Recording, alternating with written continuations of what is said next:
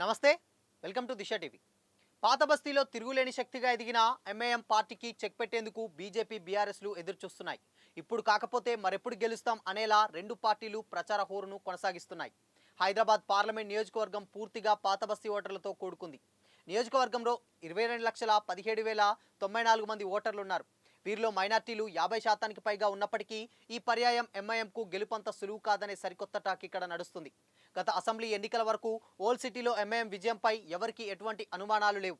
అయితే ఇటీవల ముగిసిన అసెంబ్లీ ఎన్నికల ఫలితాలు చూసిన తర్వాత పాత బస్తీలో ఎంఐఎంకు చెక్ పెట్టడం పెద్ద కష్టమేమీ కాదనే అభిప్రాయానికి బీజేపీ బీఆర్ఎస్లు వచ్చినట్లుగా కనబడుతుంది.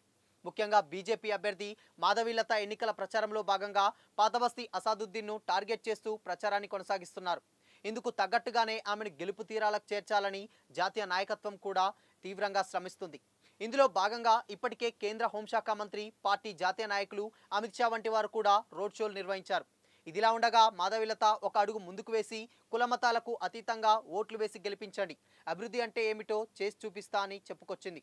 దీంతో మైనార్టీలు కూడా ఈ పర్యాయం బీజేపీ వైపు చూస్తున్నారనే ప్రచారం జరుగుతుంది. ఇదే జరిగితే ఎంఐఎం గెలుపుపై తీవ్ర ప్రభావం చూపే అవకాశం ఉంది.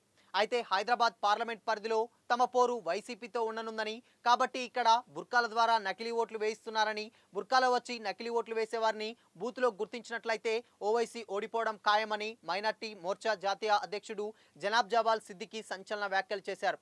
హైదరాబాద్ పార్లమెంట్ పరిధిలో బుర్కాలు వేసుకొని నకిలీ ఓట్లు వేయించి అక్కడ ముస్లింలను కావాలని బదనాం చేస్తున్నారని మండిపడ్డారు.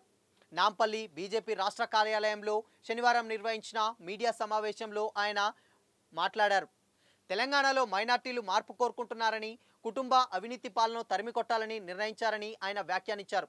పోలింగ్ బూత్లకు బుర్కాల్లో వచ్చి నకిలీ ఓట్లు వేసేవారిని గుర్తించగలిగితే మాధవీలత కనీసం 2 లక్షల ఓట్ల మెజారిటీతో గెలుస్తుందని జోస్యం చెప్పారు. గతంలో కొన్ని చోట్ల కనీసం కార్యకర్తలు కూడా తమ పార్టీకి లేరని, వాటిని డ్రై బూత్లుగా వాడి పిలిచేవారన్నారు. కానీ ఇప్పుడు ఆ పరిస్థితి మారిందన్నారు. యువతలో ప్రత్యేక టీంలు ఏర్పాటు చేసినట్లు చెప్పారు.